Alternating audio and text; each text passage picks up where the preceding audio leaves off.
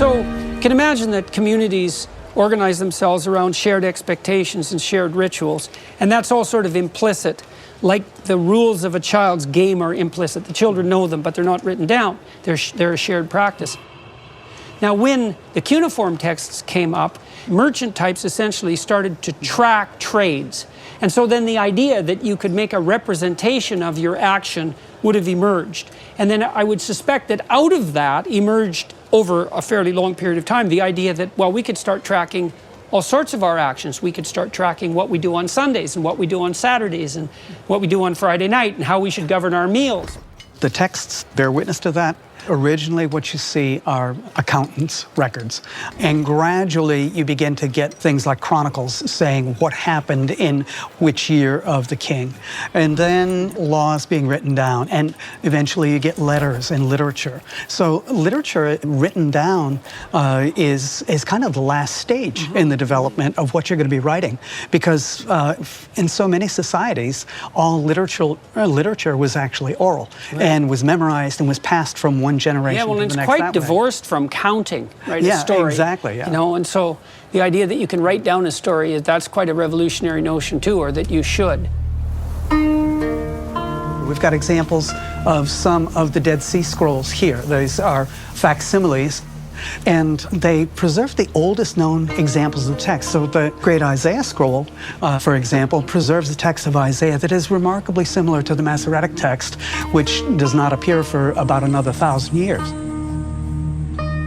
My name is Rabbi Moshe Englander, and I am the Torah scribe of the Museum of the Bible. A scribe meaning the person who actually writes the Torah script onto a Torah scroll the way it's been done for generations, thousands of years.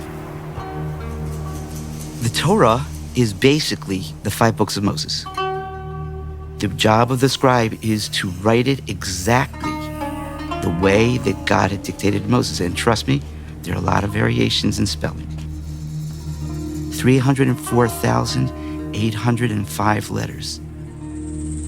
I'm just a little link in that unbroken chain of scribes going back 3,334 years to the anniversary of the revelation of Mount Sinai when we received it.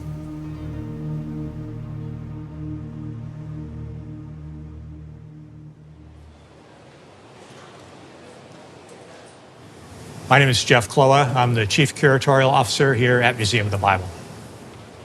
My role is to work with a very talented team to take care of these objects and make sure that 1,700 years from now, people can still appreciate and learn from these objects. This is one leaf or one page of a Greek Psalter, the Psalms, that was written sometime between 225 AD and 325 AD. So it's the oldest Greek Psalms in existence, the oldest copy of the Psalms in Greek. This particular page is Psalm 25. It says right at the top, it's a Psalm of David. What I find particularly interesting about this manuscript and the fact that it's so early, of course, the Psalms, the Hebrew Bible was written in Hebrew, but it started to be translated right away. The translation of the Psalms might have been done 100 BC, 200 BC, into Greek. This is the form of text that's read by the apostles. When they quote the Old Testament in the Gospels and in the Pauline epistles, they're quoting this form of the text in Greek. We have here a Septuagint text. This is from the Psalms. It's probably from the mid to late 3rd century to the early 4th century, and it's written on both sides of the page. So this is an example of what comes to be known as a codex. It's Christianity that changes the technology from a scroll to basically a modern hardcover book. You've got a wooden cover, usually covered with leather, and then you've got sheets of papyrus that have been folded and tucked into each other and sewn into gatherings. And you've got the text written continuously going from page to page.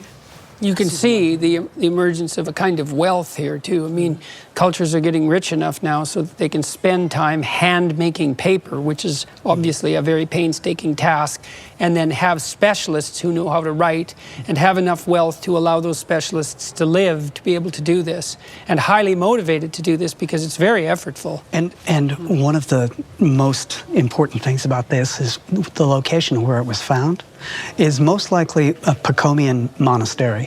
Now, when St. Pachomius founded his monasteries, he came up with a rule. Everybody had to be literate.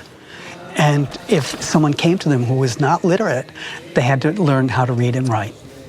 What did they read? They read the Psalms. They chanted the Psalms over and over and over again.